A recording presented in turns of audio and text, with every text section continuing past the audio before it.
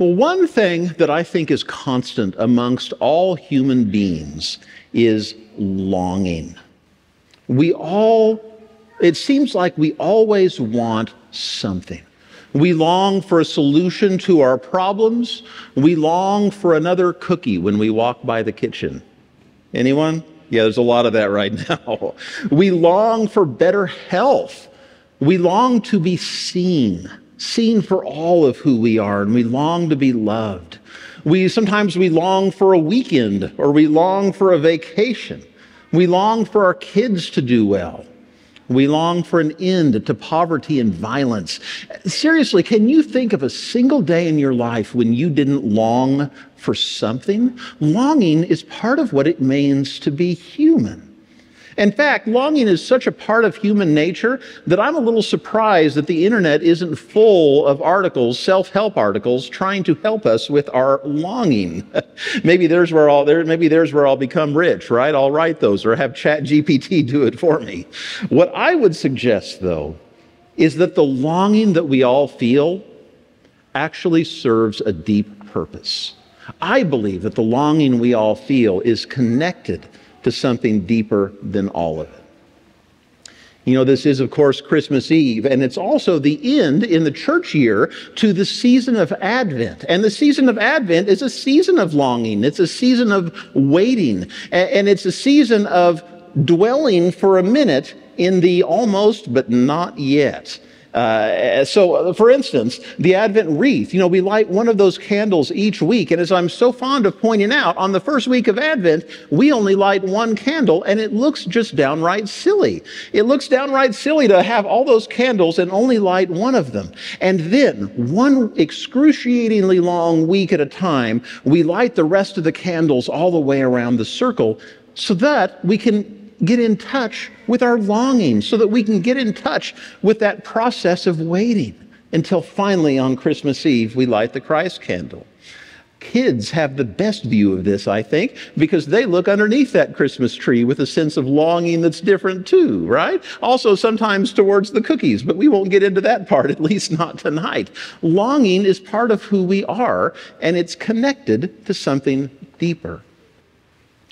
You know, what we've been doing here at Trinity throughout the fall was reading through the Old Testament. Well, not the entire thing, that's a bit much, but we've hit some of the stories to remind us of them, maybe stories that some of us hadn't really considered much since childhood. But there's such a rich wealth there.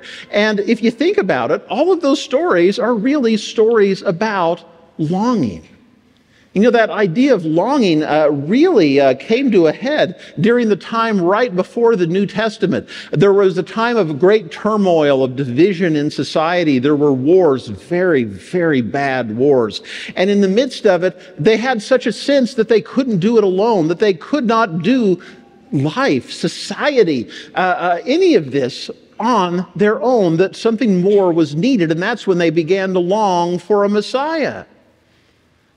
Even before that, though, the prophets knew it. The prophets that God had sent to help guide them along their way, to be the voice of God among them, those prophets had planted ideas in there. They'd planted seeds of things, that there was something good coming. And they were words of people. They were words of hope to the people precisely because they were longing. I mean, we heard a few of them earlier from Isaiah, and there's others from Jeremiah. Listen again.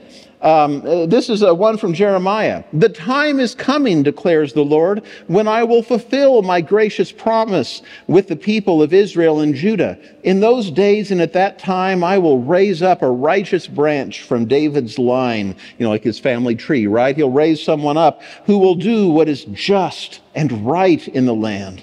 "In those days, Judah will be saved and Jerusalem will live in safety. And on this day, he will be called, 'The Lord is our righteousness.'" And the reason it gave people hope was precisely because they were longing for that kind of help. We could go all the way back to the beginning of the Old Testament, to Adam and Eve. There's longing there too. When Adam was first created in that story, he longed for a companion, and that's when God created Eve. They longed to be closer and to know God even better than they already did. And in fact, rushing that is part of what got them in trouble. But that aside for a minute, the longing was there even in the beginning.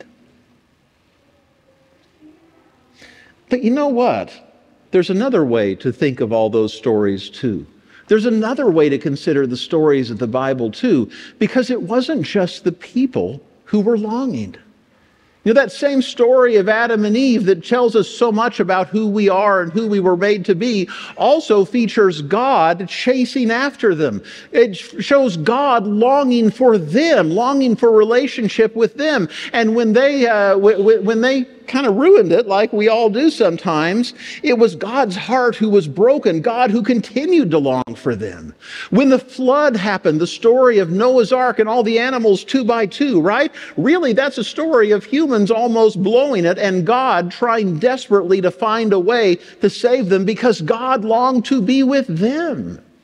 When God sent the prophets, God was trying to show them the way. God was trying to direct them in the way that was good and right and true. And through all the push and pull of the Old Testament, here we have the people longing for God. Here we have God longing for the people.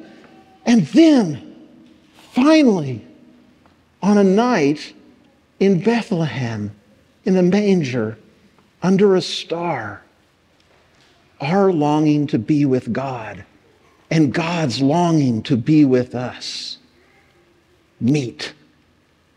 And in that moment, all of a sudden, God walks among us in a way that we can talk to, in a way that we can touch, in a way that shows us that what God really wants is relationship. And on the other side of it, God is able to do so with us.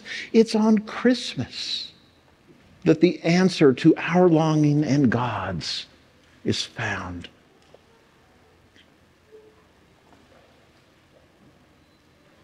And so that leads to the question of what do we do with it? What do we do with this knowledge? Because the truth is, most of us still long. The answer is to walk the walk. The answer to all of our longings is right there in Jesus. But God can't force relationship. We have to walk the walk. We have to do the things of faith. We have to do the things that draw us close to Jesus and to accept the answer to our longing that is right there in front of us.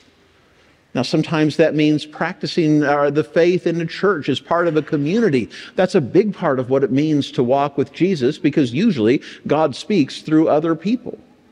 It means praying. It means reading these stories and studying them and letting them take root in our heart. It means striving to live our life walking with the answer to all that we long for.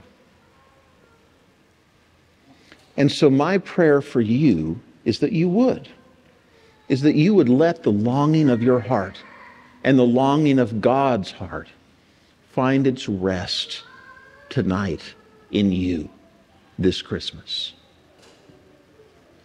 Would you pray with me? Oh God, we thank you, strange as it may sound to say, we thank you for our longing.